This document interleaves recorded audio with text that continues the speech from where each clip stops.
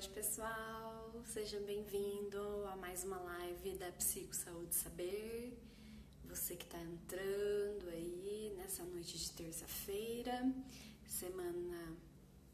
primeira semana de abril, semana de conscientização do autismo, mês de conscientização do autismo, e eu não podia deixar de falar sobre esse transtorno que cada vez mais a gente acaba encontrando casos, né? E quanto mais conhecimento a gente tiver a respeito, melhor é para o nosso, vamos dizer assim, convívio com todos, né? Não só com o autista, né? E é isso que eu vou falar um pouquinho hoje, do convívio com todos, não apenas o convívio com o autista, tá? Bom, o nosso tema de hoje é entendendo o autismo, como podemos ajudar. Então, para quem estiver chegando, para quem estiver entrando, eu vou pedir para dar um oi, para falar de onde que é, né? Pra gente saber quem está assistindo aí. Se tiver pergunta no final, vou estar à disposição. Eu já aviso de antemão que esse vídeo tem a intenção de falar sobre autismo, mas não especificamente para quem cuida, ou para quem trabalha, ou para quem atende, mas para um público geral, para quem não conhece, para quem já ouviu falar, mas ouviu pouco. No nosso último vídeo, na semana passada, quem ainda não assistiu, tá lá na nossa página, né? No Facebook, Psico Saúde Saber. É só dar uma corridinha lá depois, no final da live, e assistir. Eu falei um pouquinho mais sobre os preconceitos, aquilo que todo mundo já ouviu falar, a maioria já ouviu falar, do que não é autismo, e acaba muitas vezes deixando uma pré-definição do transtorno sem realmente entender o transtorno, né? E para entender o transtorno e até mesmo para poder ajudar, esse seria o primeiro passo, né? Entender um pouco mais. E eu não tô falando para você se tornar um expert nisso, não, e nem ter que sair estudando por aí sobre o transtorno, mas buscar conhecer, buscar algumas informações, outros profissionais que estejam falando sobre autismo. A gente tem a Neurosaber, que tem, não sei se vocês já conhecem, mas que tá tendo a semana do Entendendo o Autismo, né? Então tá tendo a semana lá do autismo, e ele vai discutir, vai ter vários vídeos sobre autismo, então também é uma fonte de conhecimento aí, além, né, de outros materiais, publicações aí que a gente vê muito na internet e que hoje tá tão mais fácil o acesso, né, pessoal? Então, por que não fazer, né? Por que não utilizar esse conteúdo? Por que não buscar essa informação para a gente conhecer um pouquinho mais, né? Bom, hoje eu vou falar de 3 tópicos para vocês, né? Primeiro, a gente tá falando então de como ajudar, né? E como eu disse, eu não vou falar especificamente para quem cuida, ou para quem atende, ou para quem é pai, mãe. Pelo contrário, eu vou falar para a população no geral, então são informações bem gerais.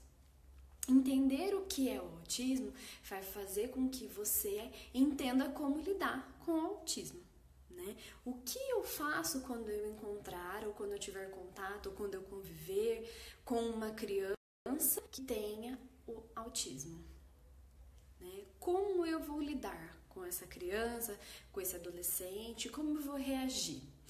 Por que eu quero trazer, né, e queria discutir isso com vocês? Porque, infelizmente, o que a gente vê?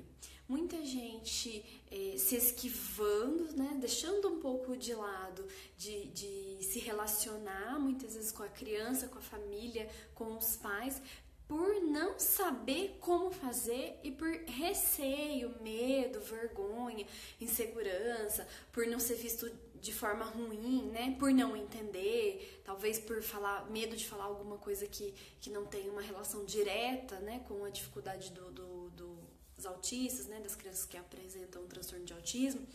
E aí muitas vezes se esquivam, acabam se afastando dessa convivência por esse receio, por esse medo, né?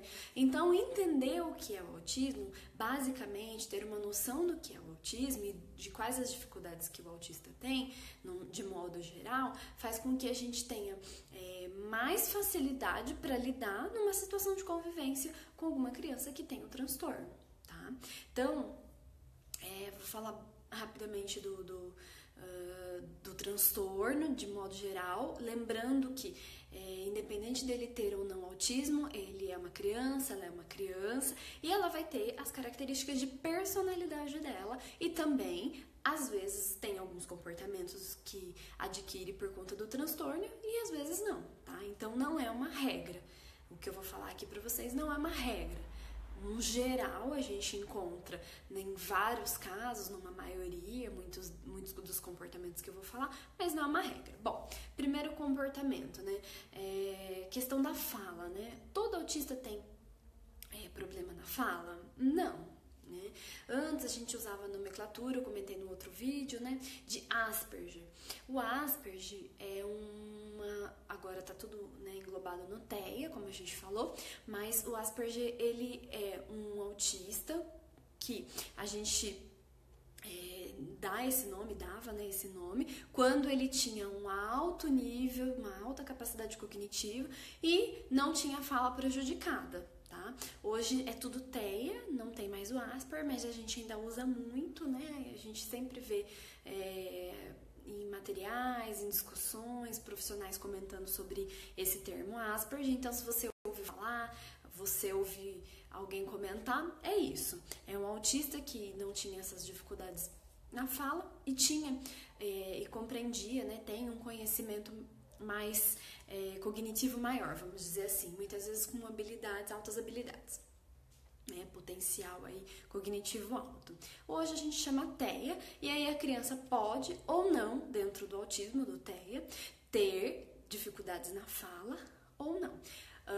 Ela pode não conseguir falar, ou ela pode ter uma fala estereotipada, que a gente chama, né? Uma fala com termos muito técnicos. Semana passada, numa reportagem, eu assisti uma reportagem de uma criança que não aprendeu a falar, e quando aprendeu, as primeiras palavras foram todas em inglês. Mesmo a família não falando inglês, morando aqui no Brasil, ninguém da família ensinou inglês, porém, ele usava um tablet como diversão, né, lazer, distração, e nesse tablet tinha muitas atividades, joguinhos, brincadeiras em inglês. Então, tudo que ele ia aprendendo, ele ia repetindo em inglês.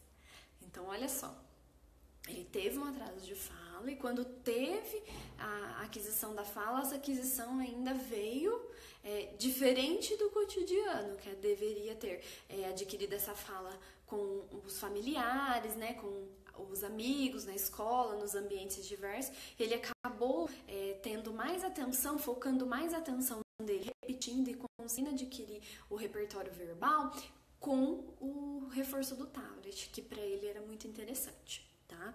Então, ele pode ou não ter prejuízo na fala. Normalmente tem esse prejuízo, na maioria dos casos, numa grande quantidade, né? Não vou falar de maioria ou minoria, é uma fala atrasada, né? Um atraso na fala, mas em muitos casos eles acabam não tendo tanto atraso na fala, ou tem algum atraso, mas ocorre que eles acabam tendo uma fala estereotipada.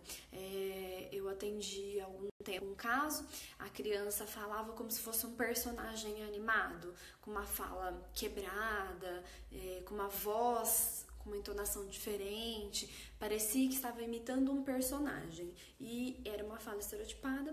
Também teve um caso de uma menininha que falava como se fosse um adulto, totalmente perfeito, correto, todas as vírgulas, entonações e palavras muito complexas para uma criança tão pequena. Então, essas são características aí que você pode encontrar. E aí, se você encontrar, por exemplo, uma criança que tem o diagnóstico que você sabe que tem, e aí tem uma fala, você fala, nossa, mas é autista mesmo? Acho que não é, né? Porque tem essa fala, né? Achei que autista não falasse. Então, conhecimento antes de qualquer, né, comentário aí que a gente possa acabar passando vergonha ou ficando aí com um clima meio chato, porque o pai tem que explicar que não é assim, né? A mãe ou qualquer pessoa que esteja com a criança vai explicar isso pra você, né? Provavelmente. Então, por isso que muitas pessoas acabam não tendo esse contato, porque medo de falar alguma besteira, de falar alguma coisa errada. Bom, outra questão é a questão do comportamento do contato, afeto. Os autistas, em alguns casos, podem ser agressivos, em outros não. Eles têm contato físico, porém, em muitos casos, eles acabam tendo uma dificuldade em ter contato físico, em iniciar um contato físico por conta de afeto. Não que ele não vá ter, mas ele pode ter uma dificuldade. Tá? Ele pode ser ensinado e fazer quando for solicitado, e não necessariamente ser a pessoa que iniciou aquele contato físico por vontade, e sim por uma resposta a uma demanda nossa. E às vezes esse contato físico, mesmo ele deixando tocar, muitas vezes não é uma coisa tão prazerosa que ele faz com tanto entusiasmo, e então às vezes a gente vê assim abraços meio robóticos, um distanciamento, né, por conta de um incômodo mesmo que eles sentem com esse contato físico. E com outros contatos também. Então, eles muitas vezes podem ter aversão a coisas moles, frias, nojentas, né? Por exemplo, comer uma fruta molinha, que ele tenha que pegar a fruta, brincar com tinta, brincar com massinha. Muitas vezes esse contato para eles, esse tato, né, de mexer nesse tipo de conteúdo, para eles não é interessante. Então pode ser que você veja ele negando pegar algo e não é frescura. Ai, nossa, como ele é fresco, como ela é fresca. É uma aversão característica do comportamento do TEA, né? Do transtorno TEA. Então também é uma coisa que a gente pode observar e aí sim, na convivência, tomar um cuidado, de repente, no que a gente vai ofertar para essa criança, para ela ter contato. E depende de cada caso. Tem crianças que não vão ser tão aversivas, tem crianças que vão ser mais, né? Como eu disse, cada criança é uma criança, então vai variar. Outra coisa também que a gente precisa entender do autismo, outro comportamento, é a questão do olhar, que é o que eu falei que assim, é uma característica muito presente que a gente vai ver em muitos casos. O olhar, o contato dos olhos no olho dele, muitas vezes não é prazeroso, não é confortável, então eles vão evitar, e não é porque essa educação, porque faltou educação, porque os pais não mandam, é porque não é prazeroso para ele, muitas vezes até um incômodo que você olhe e fixe seus olhos nos olhos dele e ele tenha que fazer o mesmo, então ele acaba muitas vezes fugindo do olhar, né? E aí, para não incomodar, a gente tem que tomar cuidado com esse tipo de contato que a gente vai querer ter com essa criança. Então, é contato físico, né? Contato, questão de tipo de alimento ou brinquedo que a gente vai dar para não deixar a criança irritada, angustiada, e evitar, né, forçar situações de contato visual também, que pode incomodar também, né? Ai, abaixar, fala com a tia, ai, vem aqui, me dá um oi, olha pra mim, ai, como você tá lindo. A gente tá talvez forçando mais do que a criança naquele momento possa dar. Não é que todos os casos eles vão se irritar, mas num grande, assim, de modo geral, a gente vai ver esse tipo de comportamento, tá? E por que eu tô falando tudo isso? Porque entender faz com que a gente possa ajudar, né? Então, como que eu faço para ajudar depois que eu já entendi um pouco, depois que eu já tenho uma noção? Ai, nossa, Monique, olha, eu nem sabia que a criança tinha isso, ou que tinha aquilo, ou que fazia isso, ou que fazia aquilo. E aí você tá me falando, boa noite, Júlia. E você tá me falando que a criança tem isso? Nossa, então não sei nem como reagir. Bom, depois de você entender que ela pode ter isso, você vai ter que entender o que essa criança que você vai conviver, ou essas, ou mais de uma, quais as características dos comportamentos dele que mais incomodam ele, né? Para essa convivência, os professores, os colegas, os pais, os colegas da classe, de turma, podem entender e até observar, sim. Essa criança precisa de um olhar, não é observar de ficar olhando para a criança e apontando, mas um observar de perceber, entender que essa criança pode ter uma dificuldade.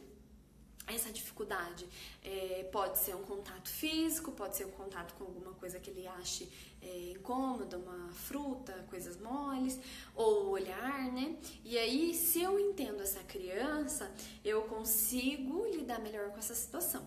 Para eu entender essa criança, eu posso usar o recurso de observação dessa criança em algum momento, eu posso conversar com esses pais. Então, por exemplo, eu vou fazer um evento e essa criança vai ser convidada e eu não sei como lidar. Primeira coisa, pergunta para os pais, né? Para o papai, para a mamãe, ou se é da escola, do seu filho, para as professoras, se tem algo que precisa ser feito, se tem algo de repente que precisa ser diferente, ou algo que deveria ser feito para que ele possa ir, para que ele possa ser integrado nessa festa, nesse evento que vai ter. O que precisaria de ajuda, nesse caso, para essa criança se sentir mais confortável nesse ambiente? Precisa de algo? Às vezes os pais vão falar que não, dependendo do caso, sim. Por quê?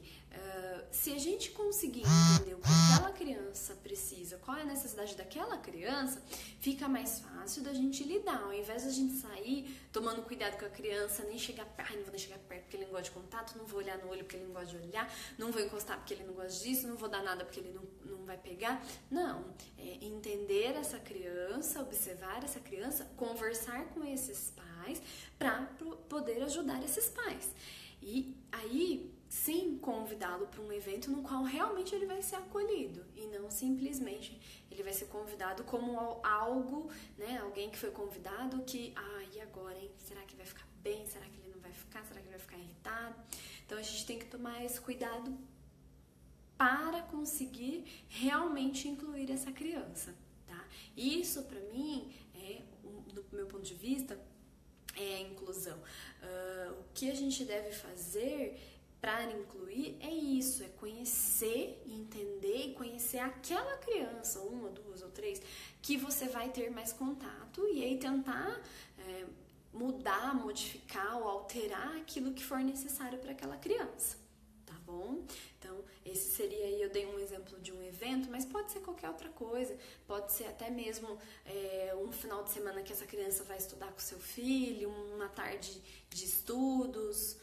Tá começando a travar? Pra mim não apareceu. Que pena, Ju. Aqui pra mim tá aparecendo normal. Vai tentando aí, ver se não é a sua internet. Que aqui pra mim, ó, tá normal. Bom, e aí a gente conhecendo, entendendo, conversando com esses pais, a gente vai ter muito mais informação para poder lidar com a situação, muito mais informação para conseguir agir sobre essa situação. Porém, a gente tem que tomar cuidado, e aí agora algumas dicas do que não fazer, né? O que não devemos fazer? Eu estou indo para um evento, eu não sei como que essa criança vai reagir, então eu não convido. Ou eu convido, mas eu não faço nada para incluir, eu peço para alguém ficar de olho na criança, né, se ela for um pouquinho maior, peço para ficar de olho porque vai que ele dá algum trabalho, mas não faço nenhuma alteração, não faço nenhuma mudança ali na minha vivência, na minha festa, no meu evento, que seja, na minha casa, na minha rotina, para acolher essa criança. Tá, Monique, você pode até me falar. Monique, mas é porque não precisou.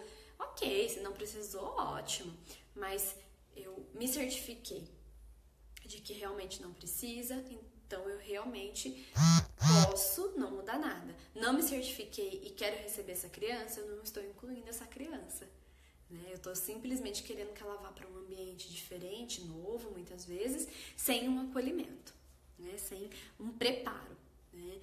Então, ele vem aqui estudar, já combinaram tudo, eu não sei o que eu faço, não sei se tem que fazer alguma coisa diferente. Entre em contato com esses pais e verifica se precisa fazer algo. Se tem algo que você vai fazer de alimento que ele não coma, se tem algo que você tenha que dar para ele naquele momento que ele estiver lá. Se acontecer uma emergência, como que você faz para entrar em contato. Tudo isso para preparar o ambiente para essa criança. Nossa, quanto esforço. Não. Muitas vezes é uma ligaçãozinha de minutos que você pode fazer para os pais ou conversar com a escola. Eu sempre falo com os pais, mas pode ser também diretamente com a escola, né? Se for colega de escola. E essa ligação pode fazer com que a criança aí seja muito mais bem recebida. Agora, evitar sempre. Não convidar porque não sabe como lidar. Eu não sei como fazer, ele não vai ficar ou ele não vai porque ele ainda é pequeno, a mãe não deixa, ou os amiguinhos vão sozinho, mas ele não dá conta de ficar sozinho, tá? Então o que eu posso fazer? Eu vou convidar esses pais, eu vou convidar essa mãe, eu vou pedir auxílio para a escola, para me orientar se precisa de uma monitora, se esses pais vão, como que eu faço, como eu vou acolher essa criança nesse evento sem que eu saia, sem que eu fique perdida, sem que eu fique confusa, me preparando. Então, eu não vou deixar de convidar, que é o que a maioria das vezes acontece, que é o ponto onde eu queria chegar. Muitas vezes essas crianças não são convidadas, e aí eu tô falando do autismo, né, das crianças que têm transtorno de autismo, mas aí inclui outros transtornos, né, vamos falar do autismo hoje, mas tem vários transtornos onde eu vejo os pais contando que as crianças não são convidadas, são excluídas, apenas elas, né, são excluídas do evento, pelo simples fato de que aquele pai que tá fazendo aquela festa, aquele evento, ou aquela reunião para estudo, não sabe lidar com aquela criança. E aí simplesmente exclui. E aí eu pergunto para vocês, isso é um processo de inclusão? Você que se diz aí, né, não, porque tem que incluir, porque isso, porque aquilo, porque tadinho, e aí quando você vai fazer alguma coisa, você não sabe lidar, então, não convida ele não chama ele não, porque a gente não vai dar conta, a gente não vai conseguir lidar com essa criança. E aí exclui ela desses eventos, que é o que acontece. Outra coisa também que pode acontecer, infelizmente, é esses pais serem convidados e aí ficar excluídos, muitas vezes. Então, se você convidou o pai, se você convidou a mãe e você não sabe como lidar, você não sabe como é o transtorno, se prepara, né? Se prepara para saber se você não vai falar nenhuma besteira para aqueles pais, se você, na hora que te vê a criança fazendo alguma coisa, vai precisar chamar os pais para intervir ou não, se vai ser uma coisa que a criança vai resolver naturalmente, se os pais vão fazer alguma orientação, mesmo estando na festa, não é porque eles vão estar lá que você não pode se preparar para receber essa criança. Você pode sim, pode e deve. Deve, porque se fosse por exemplo, vamos pensar, você faz uma festa e na sua família tem uma pessoa com problemas de mobilidade, uma avó, um tio que não anda, ou que usa muleta, ou que tá com alguma coisa no pé, né, machucou, quebrou. Como que ia ser a sua festa? Você ia fazer a festa e falar, e agora? Não, olha, precisa dar um jeito, vamos colocar vamos pôr a avó, né? A avó ali na porta, mas não põe muito perto da porta porque pode ventar muito, né? Ela já é idosa, é perigoso, vamos pôr ela aqui porque aqui tem a rampa, quem chegar com ela entra por aqui e faz isso, e bota nessa cadeira melhor que é mais resistente, não tem perigo dela cair, e aí teria todo um acolhimento para essa pessoa, por conta de uma dificuldade, uma deficiência. Eu falei de uma dificuldade aí de mobilidade, mas poderia ser uma deficiência mesmo, né? A gente teria isso, esse acolhimento. Porém, quando a gente fala de transtornos que não são deficiências, né, visuais, que a gente não vê, né? O autismo, a gente não consegue olhar para a criança e falar, é autista. Só de olhar, porque ele não tem nenhuma característica física que apresente isso. Ele tem comportamentos, mas não característica física. Então, a dificuldade das pessoas é entender qual é a necessidade daquela pessoa, porque não consegue ver qual é o problema. Então, entender o problema faz com que a gente consiga ver qual é a necessidade. Se eu faria isso por uma pessoa idosa, por uma pessoa deficiente, por uma pessoa que tivesse quebrado o pé, né?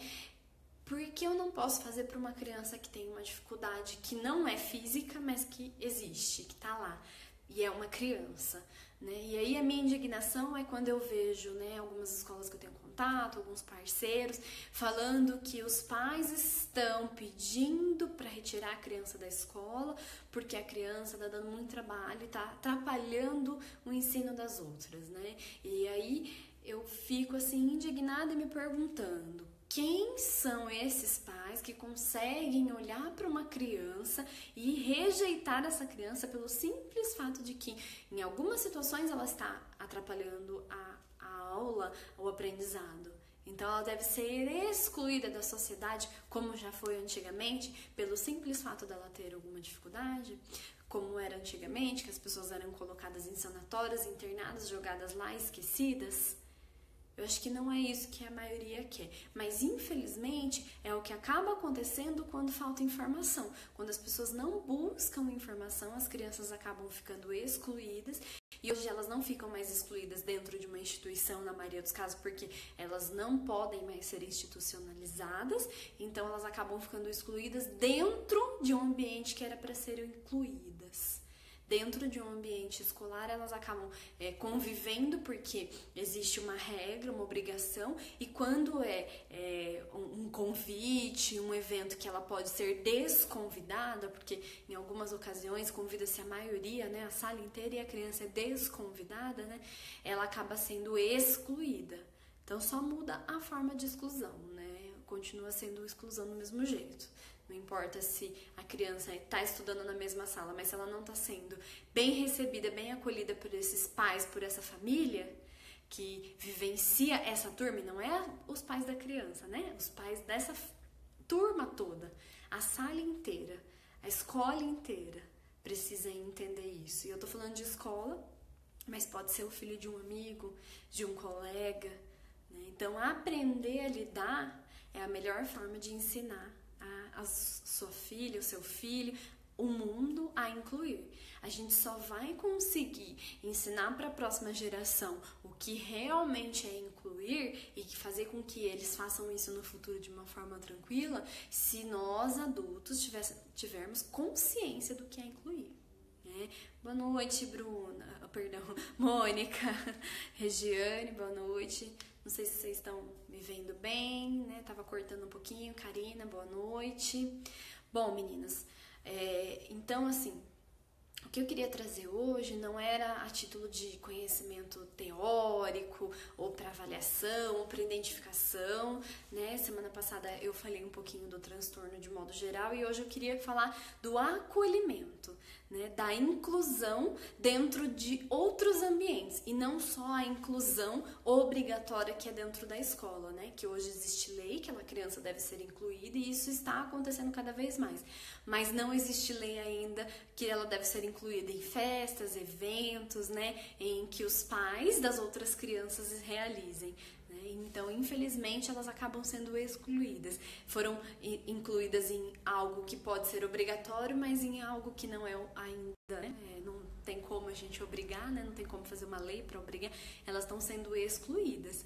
E aí, esses pais, né, também são excluídos, porque não são convidados para eventos por conta da criança que tem muitas vezes o diagnóstico. E eu não tô falando que é todo mundo assim, graças a Deus, não.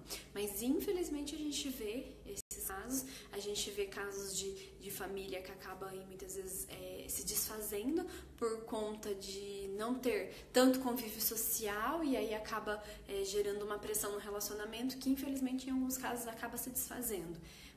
Tudo isso porque as outras pessoas não entendem, não conhecem, não sabem como lidar, então preferem se esquivar do que entrar ali ou conversar, entrar no processo que está acontecendo, o que essa criança tem, como que eu posso ajudar, o que eu posso fazer, como que eu posso ensinar meu filho a lidar, como que eu ensino meu filho? Eu falo, não falo? Esses dias chegou uma criança pra mim no consultório falando que a amiguinha dela, do olhinho puxadinho, não aprendia nada. Então, assim, ela tem uma amiguinha, aí a única característica que ela viu, que ela conseguiu perceber, era o olhinho puxadinho. A criança tem síndrome de Down. E ela percebeu que a criança não aprende, e às vezes ela fica muito brava, e aí tem que chamar as tias pra ajudar, porque ela fica muito nervosa. Então, assim, que inclusão que teve com essa turma, com essa escola, né, com essas crianças, que essa amiguinha só consegue ver que a criança tem um olhinho puxadinho e não consegue entender, compreender, né, e até mesmo ajudar essa amiga, muitas vezes. Porque a partir do momento que a gente ensinar as crianças, né, a gente aprender e ensinar aos nossos filhos o que pode ser, como ajudar, de modo geral, pedindo auxílio para a escola, para os pais dessa criança, como ajudar essa criança, aí sim a gente fez a inclusão. Enquanto a gente deixar a outra criança achando que ela só não sabe aprender e tem um olho puxadinho, a gente está excluindo ela de amizades, de colegas que poderiam ajudá-la muito mais.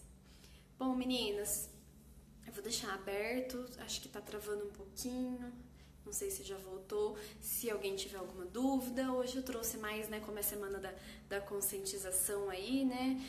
Na verdade vai ser o mês inteiro, eu trouxe mais uma discussão, uma reflexão, né?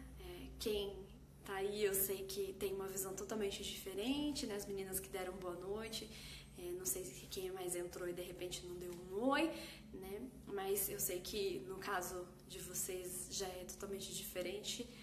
Conheço, tenho contato e sei como é. Mas infelizmente esse vídeo hoje foi para discutir a inclusão fora dos locais, né? Os locais obrigatórios de inclusão. Tá me ouvindo? Se tiver alguma pergunta, vou esperar só mais um pouquinho, vou agradecer, vou pedir para vocês compartilharem esse vídeo, porque esse tipo de informação tem que chegar cada vez mais para mais pessoas. Infelizmente, por mais que às vezes a gente ouve falar muito, a gente conversa muito, nem todo mundo tem acesso a esse tipo de informação. Muitas vezes tem um acesso à informação um pouco mais complexa e acaba não entendendo.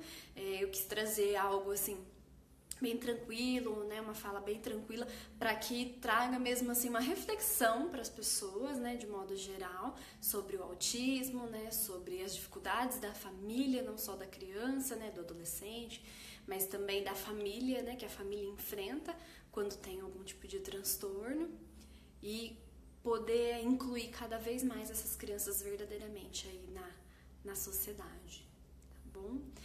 Bom, não recebi nenhuma pergunta, não sei se é porque tá travando ou não, mas vou agradecer, vou pedir para vocês novamente compartilhar, curtir na página da Psico Saúde Saber, tá? Semana que vem a gente tem outra live, terça-feira, no mesmo horário, certo?